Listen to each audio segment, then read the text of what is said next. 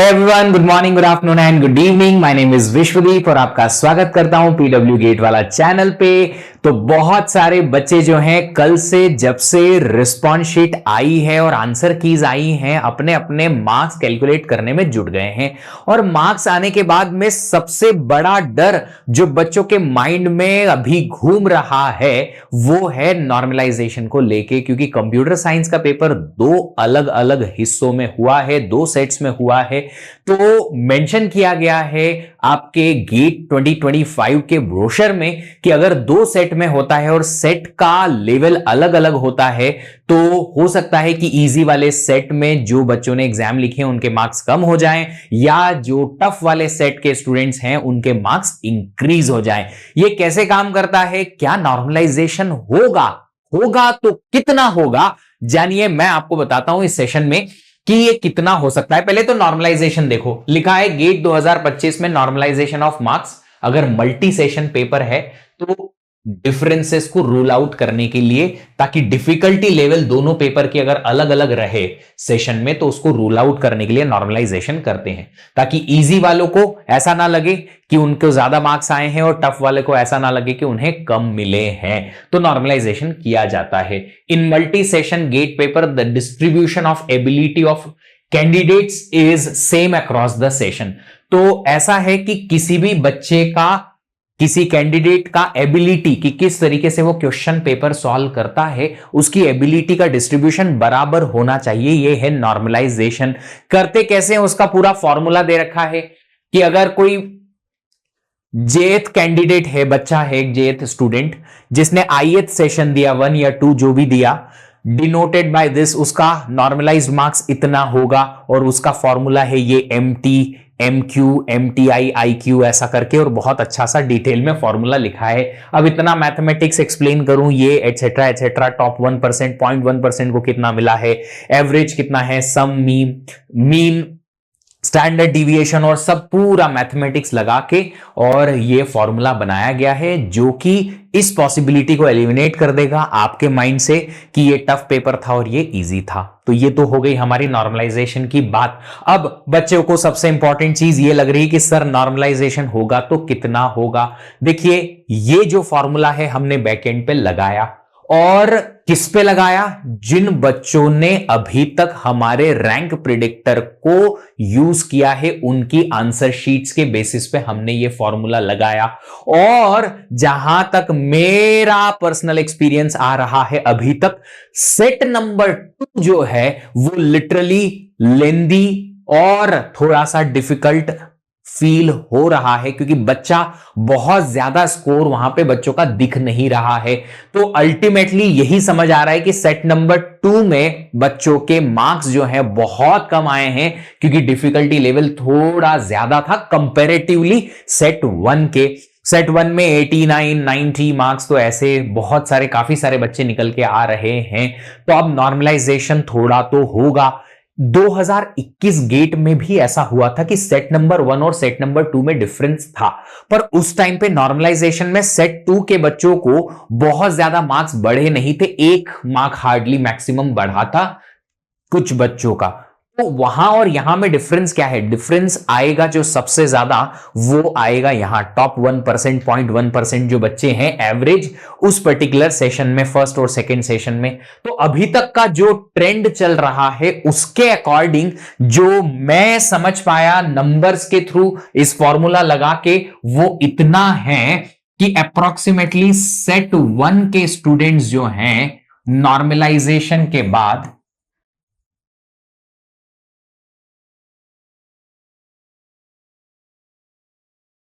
और सेट 2 जो है उनका नॉर्मलाइजेशन के बाद स्कोर घटेगा बढ़ेगा। जी हां, लग रहा है कि सेट 1 के स्टूडेंट्स को लगभग 5 से 7% का डिक्रीमेंट मुमकिन है, -5 to 7% हो सकता है।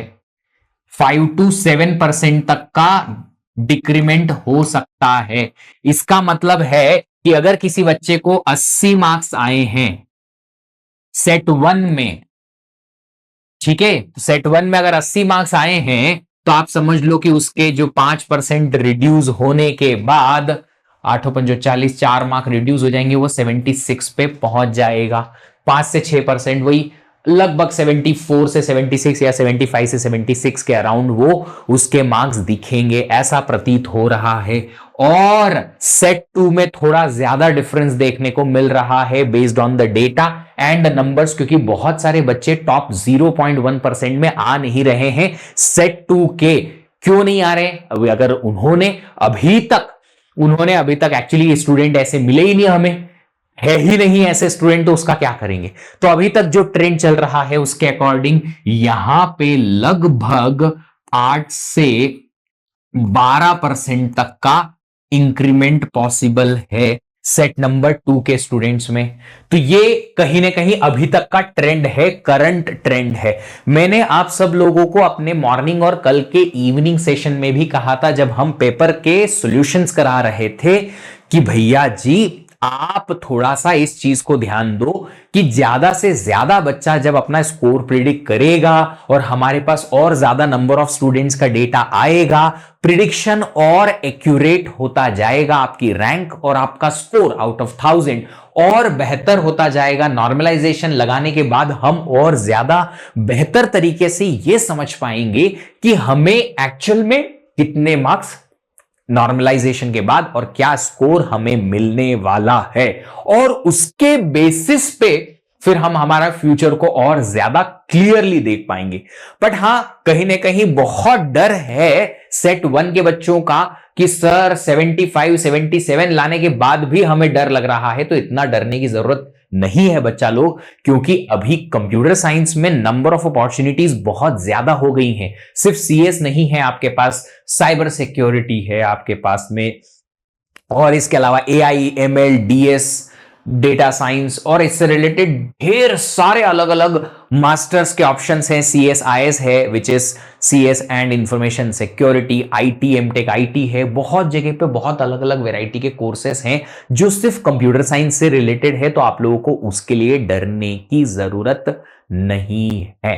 ठीक है, अभी थोड़ा सा और समय ले लो और अगले 2-4 दिनों में हम आपको गाइड करेंगे YouTube और टेलीग्राम चैनल्स पे लाइव जाके, ताकि आप लोगों को पर्सनलाइज्ड वे में यह पता लग पाए कि आपका स्कोर के बेसिस पे बेस्ट ऑप्शन क्या हो सकता है। अगर आप लोगों ने टेलीग्राम चैनल ज्वाइन नहीं किया है तो ये स्कैन कर लो, या फिर विश्वदीप सर PW सर्च कर लेना, टेलीग्राम चैनल ज्वाइन कर लेना, और वहां पे मैं इस YouTube चैनल पे तो जाऊंगा ही जाऊंगा, उस टेलीग्राम चैनल पे भी लाइव जाऊंगा, ताकि आप लोगों को 1 to 1 बात करने का मौका मिल जाए। कितना स्कोर आया है, ऐसा है, हमारा स्टेटस ऐसा है, आगे क्या करें। लास्ट ईयर भी लिया था, इस बार भी लेंगे। रिजल्ट आएगा, एक्चुअल स्कोर पता चल जाएगा, तो उसको और फाइन ट्यून करेंगे जब रिजल्ट आ जाएगा तब। बट हम अपने फ्यूचर की तैयारी में अभी से जुट जाते हैं। करना क्या है एडमिशन के लिए? अगर हमें एडमिशन में इंटरव्यूज देने पड़े एमटेक रिसर्च एक्सेट्रा के लिए, तो क्या करना है? ये सारी बातें जो है मैं अपकमिंग सेशंस में आपको 1-2 दिन में बताने वाला हूं। तो stick on the channel and on this Telegram channel, so that आप सब लोगों को सारे अपडेट्स एंड इंफॉर्मेशन मिलती रहे।